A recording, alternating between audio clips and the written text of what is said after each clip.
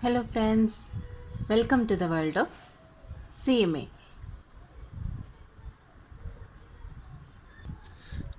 Surcharge എങ്ങനെയാണ് കാണുന്നതെന്നുള്ളത്, അതായത് total income 50 lakh വരേക്കുവാണെന്നുണ്ടെങ്കിൽ surcharge നമ്മൾ പേ ചെയ്യണ്ട. എന്നാൽ 50 ലാക്ക് ടു 1 crore ആണെന്നുണ്ടെങ്കിൽ 10% ഓഫ് ടാക്സിൻ്റെ 10% സർചാർജ് പേ ചെയ്യണം. ഇനി 1 crore മേലെ 1 crore എബോവ് ആണ്, എന്നാൽ 2 crore താഴെയാണെന്നുണ്ടെങ്കിൽ 2 crore വരെയാണെന്നുണ്ടെങ്കിൽ എന്ത് ചെയ്യണം? 50% ഓഫ് ടാക്സ് സർചാർജ് പേ ചെയ്യണം. ഇനി 2 crore മേലെയാണ് എന്നാൽ 5 crore വരെയാണെന്നുണ്ടെങ്കിൽ 25% ഓഫ് ടാക്സ്. 5 crore മേലെ ഇരിക്കുന്ന എല്ലാത്തിനും 37% ഓഫ് സർചാർജ് എന്ത് ചെയ്യണം? പേ ചെയ്യണം. ഓക്കെ, ഇനി അതിൻ്റെ എന്താണ് ഒരു ആ ടോട്ടൽ ഇൻകം കാണിക്കുന്നത് ഒരു 111A ആൻഡ് 112A എന്നുള്ള എന്തെങ്കിലും അത് നമ്മൾ എന്താണെന്നുള്ളത് പിന്നെ പഠിക്കും. അത് അനുസരിച്ചാണ് ടോട്ടൽ ഇൻകം പറഞ്ഞത്. അത് മാറ്റി നിർത്തിയിട്ടാണ് അതിൻ്റെ 15% ആണ് എടുക്കേണ്ടത്. ഓക്കെ, ഇനി അതിനെക്കുറിച്ച് നമുക്ക് ഡീറ്റെയിൽഡ് ആയിട്ട് പിന്നീട് പഠിക്കാം. അപ്പോൾ ഞാനിത് റഫായിട്ടൊന്ന് പറഞ്ഞു പോകുന്നേ ഉള്ളൂ. അപ്പോൾ സർചാർജിൻ്റെ കേസ് മാത്രം ഇതൊന്ന് ശ്രദ്ധിക്കുക. സർചാർജിൻ്റെ അതെങ്ങനെയാണ്, സ്ലാബ് എങ്ങനെയാണെന്ന് മാത്രം ഒന്ന് നോട്ട് ചെയ്യുക. ഇവിടെ എന്താണ് 50 ലാക്ക് വരേക്കുവാണെന്ന് സർചാർജ് വരുന്നില്ല. 50 ലാക്ക് ടു 1 crore ആണെന്നുണ്ടെങ്കിൽ 10% ഓഫ് സർചാർജ് വരുന്നുണ്ട്. 1 crore ടു 2 crore ആണെന്നുണ്ടെങ്കിൽ 15% സർചാർജ് വരുന്നുണ്ട്. പിന്നെന്താ 2 crore ടു 5 crore ആണെന്നുണ്ടെങ്കിൽ 15 25 ആയി, 25% സർചാർജ് വരുന്നുണ്ട്. ഇനി 5 crore മേലെ ഇരിക്കുന്ന എല്ലാത്തിനും എത്രയാണ്? 37% സർചാർജ് വരുന്നുണ്ട്. ഓക്കെ, അത് കഴിഞ്ഞ് നമുക്ക് എഡ്യൂക്കേഷൻ സെസ് 4% വരും. എഡ്യൂക്കേഷൻ സെസ് എത്ര വരും? 4% വരും. ഓക്കെ, ഇനി നമുക്ക് ഈ സർചാർജ് നമുക്കൊരു പ്രോബ്ലം ഉണ്ട്. അതനുസരിച്ച് സർചാർജ് എങ്ങനെ കമ്പ്യൂട്ട് ചെയ്യാമെന്നുള്ളത് നോക്കാം. Compute tax liability of the അസസിയുടെ ഏജ് 52 years ആണ്, സീനിയർ സിറ്റിസൺ അല്ല. ഹൂസ് ടോട്ടൽ ഇൻകം എത്രയാണ്? 49,90,000 കേസ് 1-ൽ, കേസ് 2-ൽ 50,10,000, കേസ് 3-ൽ 60 lakh ആണ് വന്നിരിക്കുന്നത്. നമുക്കതെങ്ങനെയാണ് സർചാർജ് കാണുന്നതെന്ന് നോക്കാം. അതായത് ടാക്സ് ലയബിലിറ്റി ആൻഡ് റിലീഫ്. അപ്പോൾ 49,90,000 ആണ് ഫസ്റ്റ് കേസ്. ആ കേസ് 1 എടുത്തിട്ടുണ്ട്. 49,90,000 എന്ന് പറയുമ്പോൾ എങ്ങനെയാണ്? അസസി 52 years ആണ്. അതുകൊണ്ട് തന്നെ നമ്മൾ പഠിച്ച സ്ലാബ് റേറ്റ് എങ്ങനെയാണ്? 2,50,000 വരേക്കും ടാക്സ് ഒന്നും വരില്ല. 2,50,000 ടു 5 lakh, അതിൽ എത്രയാണെന്ന് പറഞ്ഞാൽ 12,500. അതായത് അതിൻ്റെ 5% എടുക്കുമ്പോൾ നമുക്ക് എത്ര കിട്ടും? അതിന് 12,500 കിട്ടും മാക്സിമം.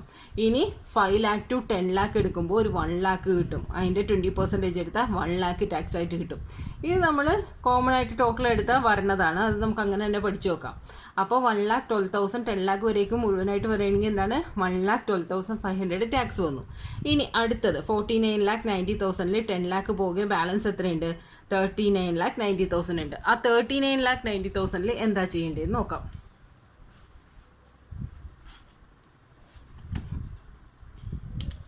39,90,000-ൽ എന്ത് ചെയ്യണം? ഇൻറ്റു 30% എടുക്കാം.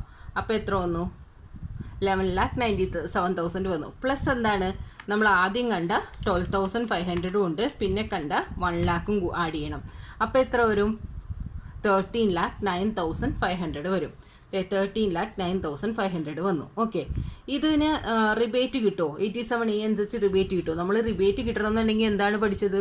3 കണ്ടീഷൻ ഉണ്ട് അല്ലേ? എന്തായിരുന്നു കണ്ടീഷൻ? ഫസ്റ്റ് കണ്ടീഷൻ റെസിഡൻ്റ് ആയിരിക്കണം. റെസിഡൻ്റ് ആണോ എന്താണെന്നുള്ളത് പറഞ്ഞിട്ടില്ല. ഓക്കെ, ആ റെസിഡൻ്റ് ആയിട്ട് തന്നെ നമുക്ക് അസ്യൂം ചെയ്യാം. ഇൻഡിവിജ്വൽ ആയിരിക്കണം. ഓക്കെ, ഇൻഡിവിജ്വൽ ആണ്, അതും ഓക്കെ. തേർഡ് കണ്ടീഷൻ എന്താണ്? 5 lakh ടോട്ടൽ ഇൻകം 5 lakhൽ കൂടാൻ പാടില്ല. പക്ഷേ ഇവിടെ ടോട്ടൽ ഇൻകം എത്രയാണ്? 49,90,000 വന്നു. അപ്പോൾ ആ കണ്ടീഷൻ സാറ്റിസ്ഫൈഡ് അല്ല. അതുകൊണ്ട് തന്നെ റിലീഫ് 87A എന്നുള്ള റിബേറ്റ് 87A എന്നുള്ളത് റിബേറ്റ് വരില്ല, കിട്ടില്ല. ഓക്കെ, അപ്പോൾ അത് തന്നെയാണ് നമുക്ക് അടയ്ക്കേണ്ട ടാക്സ് ലയബിലിറ്റി. ഇനി ടാക്സ് ലയബിലിറ്റി 50 lakh ആണെന്നുണ്ടെങ്കിൽ, 50 lakh വരേക്കും ആണെന്നുണ്ടെങ്കിൽ എന്താണ്? ടോട്ടൽ ഇൻകം 50 lakh വരേക്കും ആണെന്നുണ്ടെങ്കിൽ നമ്മൾ സർചാർജ് കൊടുക്കണ്ട. അതല്ലാന്നുണ്ടെങ്കിൽ ഈ റിബേറ്റ് 87A കഴിഞ്ഞ് കഴിഞ്ഞാൽ നമ്മൾ എന്ത് ചെയ്യണം? സർചാർജ് കൊടുത്തിരിക്കണം. അപ്പോൾ 50 lakh ഇല്ലാത്ത കാരണം 49,90,000 ഒരു ജസ്റ്റ് ഒരു 10,000-ൻ്റെ വ്യത്യാസമുള്ള കാരണം നമ്മൾ എന്ത് ചെയ്യണം? സർചാർജ് കൊടുക്കാതെ രക്ഷപ്പെട്ടു. അങ്ങനെ അപ്പോൾ ടാക്സ് ലയബിലിറ്റി എത്രയാണ്? 13,09,000 500 തന്നെ നമ്മൾ കണ്ടുപിടിച്ച അതേ എമൗണ്ട് തന്നെ എന്തായിട്ട് വരും, ടാക്സ് ലയബിലിറ്റി ആയിട്ട് വരും. ഓക്കെ, ഇനി കേസ് 2ൽ 50 lakh 10,000, അതായത് ഒരു 10,000 കൂടുതൽ വന്നു. 10,000 ജസ്റ്റ് 20,000, ഇതിൽ നിന്ന് 20,000 ഫസ്റ്റ് കേസിൽ നിന്ന് 20,000 കൂടുതൽ വന്നു. ആ 20,000 കൂടുതൽ വരുമ്പോൾ എന്തൊക്കെ ഇതാണ് വരുന്നത്, ജസ്റ്റ് ഒരു 20,000 മാത്രമല്ലേ കൂടിയെന്ന് നോക്കും, പക്ഷേ അതിൽ എന്തൊക്കെ പ്രശ്നങ്ങളാണ് വരുന്നതെന്നുള്ളത് നമുക്ക് നോക്കാം. അതായത് ഇപ്പോൾ ഇതിൽ കണ്ടുപിടിച്ച പോലെ തന്നെ 2,50,000 വരേക്കും ടാക്സ് ഇല്ല. 2,50,000 to 5 lakh 12,500, 5 lakh to 20,000 1 lakh, അതുവരേക്കും നമുക്ക് ഇതായിട്ട് കണ്ടുപിടിക്കാം. അത് കഴിഞ്ഞ് 50 lakh 10,000 ഇരുന്ന് 10 lakh കുറച്ചാൽ 40 lakh 10,000 വരും. 40 lakh 10,000 വരും. ആ 40 lakh 10,000ൻ്റെ എത്രയാണ് ഇൻറ്റു 30% ഇട്ടാൽ 12 lakh 3,000 വരും. അതിൽ ഫസ്റ്റ് കണ്ടുപിടിച്ച 12,500 സെക്കൻഡ് കണ്ടുപിടിച്ച 1 lakh കൂട്ടി കഴിയുമ്പോൾ 13 lakh 15,500 വരും.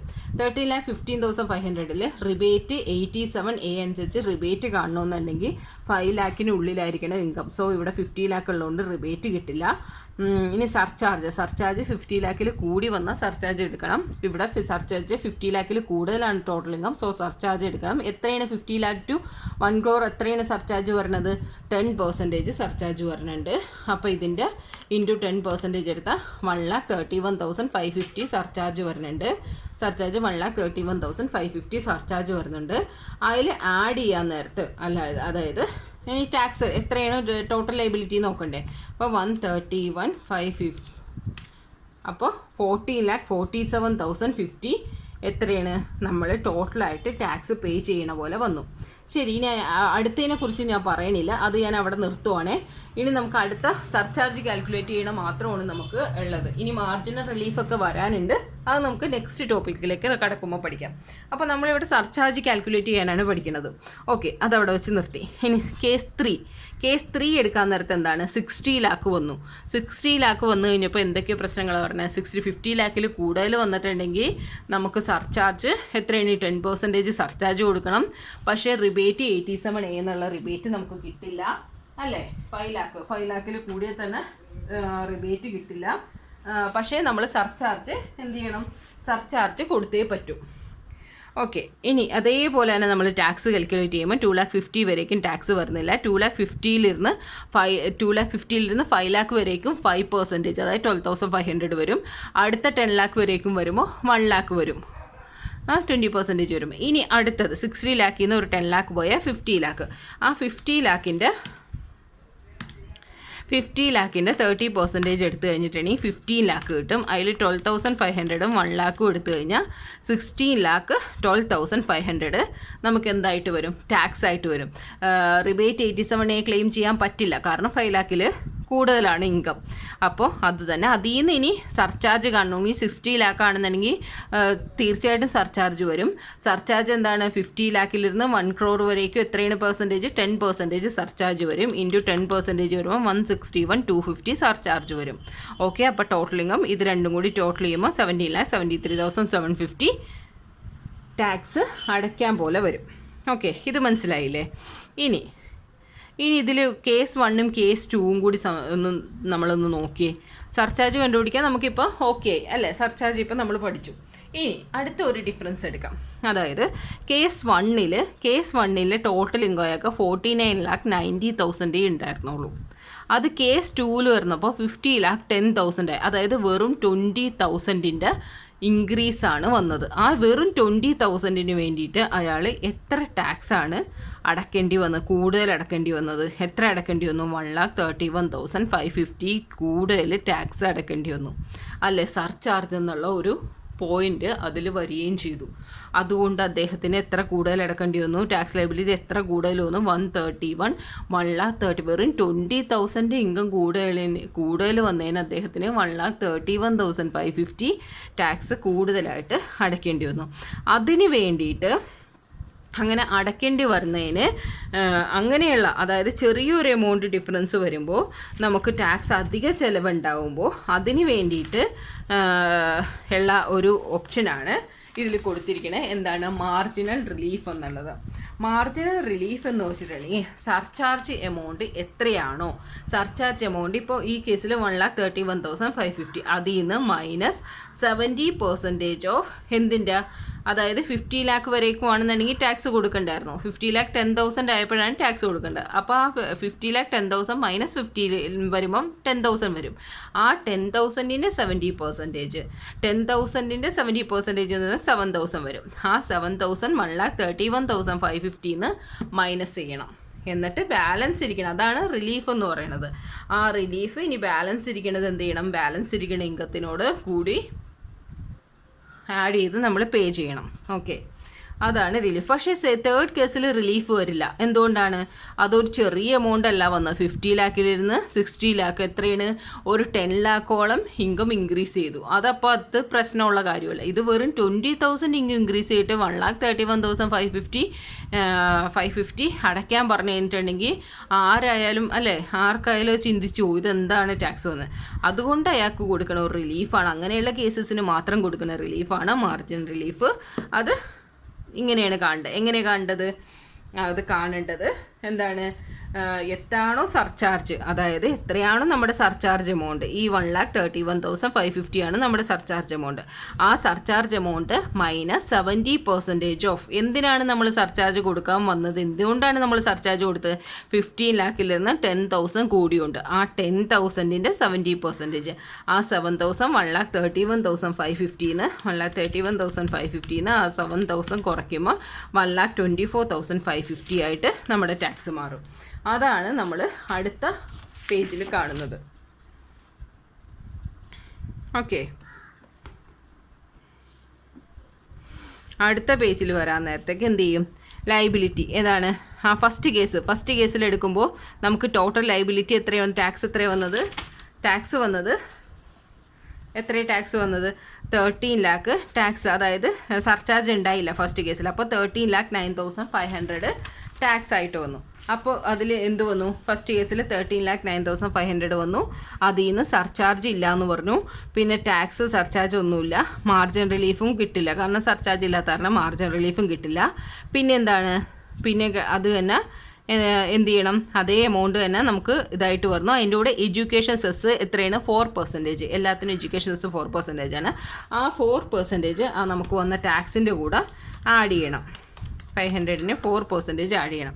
52,380 ആ എമൗണ്ടും കൂടി ആഡ് ചെയ്ത എമൗണ്ടാണ് നമ്മൾ പേ ചെയ്യേണ്ടത്. ഓക്കെ, 13,61,880 ആണ് നമ്മൾ പേ ചെയ്യേണ്ടത്. ഇനി സെക്കൻഡ് കേസിൽ നോക്കിയിട്ടുണ്ടെങ്കിൽ എന്താണ് വന്നത്? സെക്കൻഡ് കേസിൽ ടാക്സ് കൊടുക്കേണ്ടത്, അവിടെ സർചാർജ് ഉണ്ടായിരുന്നു 1,31,500. അതുകൊണ്ട് തന്നെ ടാക്സ് എമൗണ്ട് അടയ്ക്കാൻ വേണ്ടിയിട്ട് 14,47,050 വന്നു. 14,47,050 വന്നതുകൊണ്ട് തന്നെ 14,47,050 വന്നു.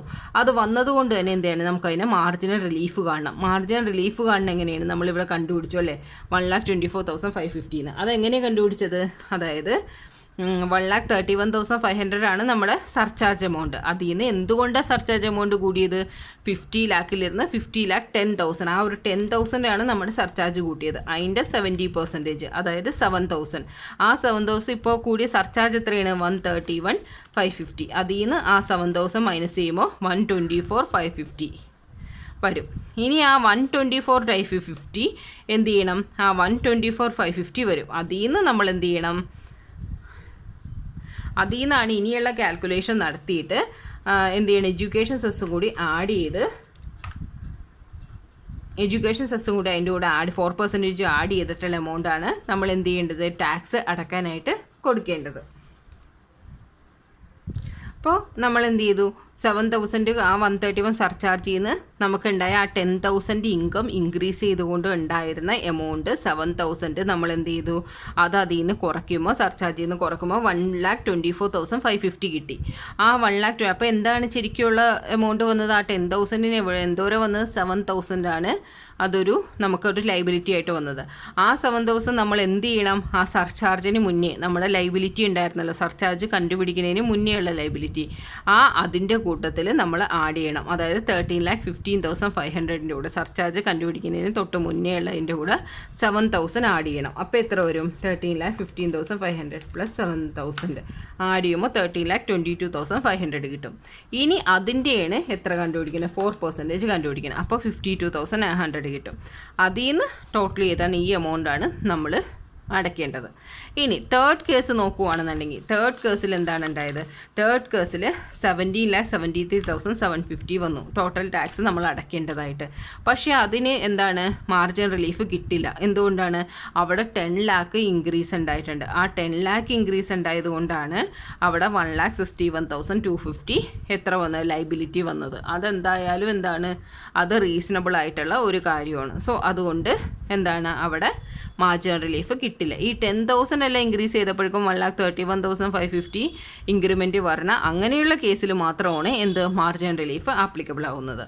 ഇനി ഫേംസോ LLPയോ ഫേം ആണെങ്കിലും LLP ആണെന്നുണ്ടെങ്കിലും എന്ത് ചെയ്യാം? അതിൻ്റെ ടാക്സ് റേറ്റ് 30% ആണ്. അതിന് സർചാർജ് 12% ആണ്. പക്ഷേ എന്താണ് 1 crore കൂടുതൽ 1 crore വരേക്കുമാണ് ഫേമിൻ്റെയും ഇതിൻ്റെയും LLPയുടെയും ടോട്ടൽ ഇൻകമെങ്കിലും ഗ്രോസ് റിസീപ്റ്റെങ്കിലും എന്താണ് ഇൻകം എക്സീഡ് ആണെങ്കിൽ സർചാർജ് വരില്ല. പക്ഷേ 1 crore കൂടുതലായിട്ട് എക്സീഡ് ചെയ്താൽ മാത്രമേ എന്ത് ചെയ്യുള്ളൂ? സർചാർജ് 12% വരുള്ളൂ. ഓക്കെ, മാർജിനൽ റിലീഫ് ഇവിടെയും കിട്ടും. എഡ്യൂക്കേഷൻ സെസ് 4% തന്നെയാണ്. അപ്പോൾ ഫേമും LLPയിൽ വരാൻ നേരത്ത് ഫേമിൻ്റെ കാര്യത്തിൽ LLPയുടെ കാര്യത്തിലും 30% ആണ്. അതിൽ എന്താണ് 30% ആണ്. സർചാർജ് 12% ആണ്. ആ സർചാർജ് 12% ആണെങ്കിൽ 1 crore വരേക്കും എന്ത് വരില്ല? സർചാർജ് വരില്ല. 1 crore വരേക്കും ആണെന്നുണ്ടെങ്കിൽ സർചാർജ് വരില്ല. പിന്നെ എഡ്യൂക്കേഷൻ സെസ്സും ആഡ് ചെയ്യണം. ഇനി കമ്പനിയുടെ കേസാണെന്നുണ്ടെങ്കിൽ എന്താണ് നമ്മൾ ഡൊമസ്റ്റിക് കമ്പനി ഉണ്ടെന്ന് പറഞ്ഞു. ഡൊമസ്റ്റിക് കമ്പനി ആണെന്നുണ്ടെങ്കിൽ അത് പ്രീവിയസ് ഇയറിലനുസരിച്ച് എന്താണ് 400 crores ഇൻക്രീസ് ചെയ്താൽ മാത്രമേ, അതായത് ഇൻക്രീസ് ചെയ്തില്ല എന്നുണ്ടെങ്കിൽ 400 crores വരെയാണെന്നുണ്ടെങ്കിൽ 25% ആണ്. പക്ഷേ അതിന് ടേൺ ഓവർ ഗ്രോസ് റെസിപ്റ്റ്. പക്ഷേ അല്ലാത്ത കേസസിലാണെന്നുണ്ടെങ്കിൽ 30% വരും. അതാണ് ഡൊമസ്റ്റിക് കമ്പനി. അതായത് എന്താണ് ഡസ് നോട്ട് എക്സീഡ് ചെയ്തില്ല. 400 crore എക്സീഡ് ചെയ്തില്ലെങ്കിൽ 25%, അല്ലാത്ത കേസിൽ 30% വരും. ഇൻ കേസ് ഓഫ് ഇനി ഫോറിൻ കമ്പനി ആണെന്നുണ്ടെങ്കിൽ ഫോറിൻ കമ്പനിയുടെ കേസിൽ എങ്ങനെയാണ്? ഫോറിൻ കമ്പനിയുടെ കേസിൽ ഒറ്റ ഇതേ ഉള്ളൂ, 40% ആണ് അതിൻ്റെ ടാക്സ് വരുന്നത്. ഇനി സർചാർജ് നോക്കുമ്പോൾ രണ്ടിനും സർചാർജ് വ്യത്യാസമാണ്. എങ്ങനെയാണ് കൊടുത്തിരിക്കുന്നത് സർചാർജ്? ഒന്ന് ഡൊമസ്റ്റിക് കമ്പനിക്കും ഒന്ന് ഫോറിൻ കമ്പനിക്കും. ഡൊമസ്റ്റിക് കമ്പനിക്ക് എങ്ങനെയാണ്? ഇൻകം 10 crore മുകളിലാണെങ്കിൽ, ടോട്ടൽ ഇൻകം 10 crore മുകളിലാണെങ്കിൽ ഡൊമസ്റ്റിക് കമ്പനിക്ക് 12%, ഫോറിൻ കമ്പനിക്ക് 5%. ഇൻകം 1 crore മുകളിലാണ്, പക്ഷേ 10 crore താഴെയാണെങ്കിൽ 7%, 2%. 1 crore വരെയാണെന്നുണ്ടെങ്കിൽ അത് ഫേം ആയാലും ശരി, LLP ആണെങ്കിലും ശരി, കമ്പനി ആണെങ്കിലും ശരി, 1 crore വരേക്കും ആണെന്നുണ്ടെങ്കിൽ എന്ത് വരില്ല? സർചാർജ് വരുന്നില്ല. ഓക്കെ, മാർജിനൽ റിലീഫ് ഇവിടെയും കിട്ടും, എഡ്യൂക്കേഷൻ സെസ്സും നമുക്ക് ഇവിടെയും കിട്ടുന്നതാണ്.